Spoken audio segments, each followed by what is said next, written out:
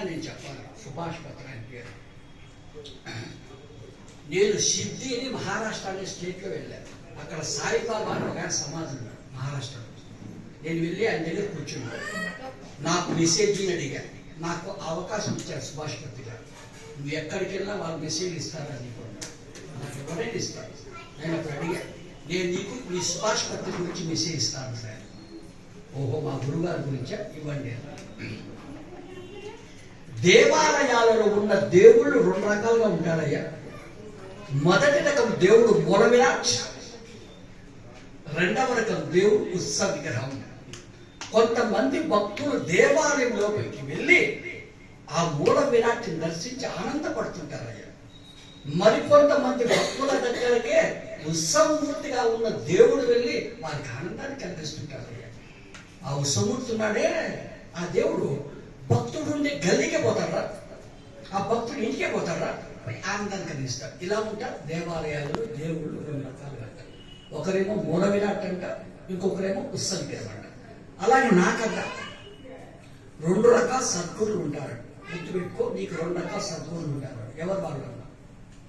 మొదటి రకం సద్గురువు తాను ఉన్న ప్రదేశంలో మాత్రమే ఉంటూ వేరెక్కడికి వెళ్ళక తన దగ్గరకు వచ్చిన వారికి మాత్రమే జ్ఞాన జ్ఞానాలు బోధిస్తూ ఆనందాన్ని కలిగిస్తుంటారు.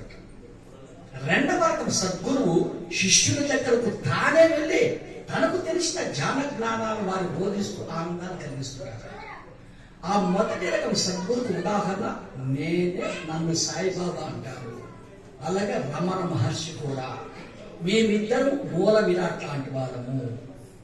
మరి మీ గురువు ఉత్సవ విగ్రహం లాంటి వాడయ్యా. మేమిద్దరు మూల విరాట్లో, మీ గురువు మాత్రం ఉత్సవ విగ్రహం అన్నాడు. ఎందుకు మా గురువు గారు అలా పోవచ్చామని అడిగాడు ఆ సాయిబాబా. ధ్యానం, నేను శరీరంతో భూమి మీద ఉన్నప్పుడు ఎక్కడికి వెళ్ళేవాడిని కాదయ్యా, కేవలం శక్తిలో మాత్రమే ఉండేవాడు.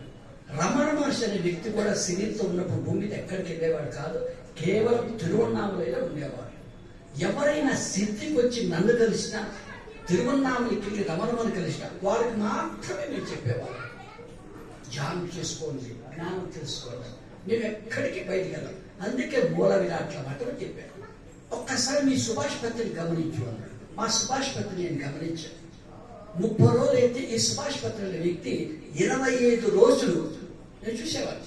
గ్రామాలు, పట్టణాలు, నగరాలు, జిల్లాలు, రాష్ట్రాలు వెళ్ళి ఒకరున్నా 100 మంది ఉన్నా, అవునా, 10 నిమిషాలైనా 10 రోజులైనా ధ్యానం చేస్తూ జ్ఞానాన్ని ఇస్తూ అందరికి ఆనందాన్ని కలిగించేవాడు. అందుకే మీ గురువు నేను ఉత్సవ విగ్రహం పోల్చానయ్యా. మా సుభాష్ పత్రి ఉత్సవ విగ్రహం. That is the greatness of బ్రహ్మర్షి పత్రిజీ. కొంచెం ఒక్కసారి ఆయన గురించి చెప్పాలనిపించింది. ఆయన గురించి నాకు చాలా తెలుసు, కానీ నేను చెప్పాలి ఎందుకంటే టైం లేదు. ఈ అవకాశం ఇచ్చిన నిజామాబాద్ జిల్లా వాళ్ళు థ్యాంక్ యూ.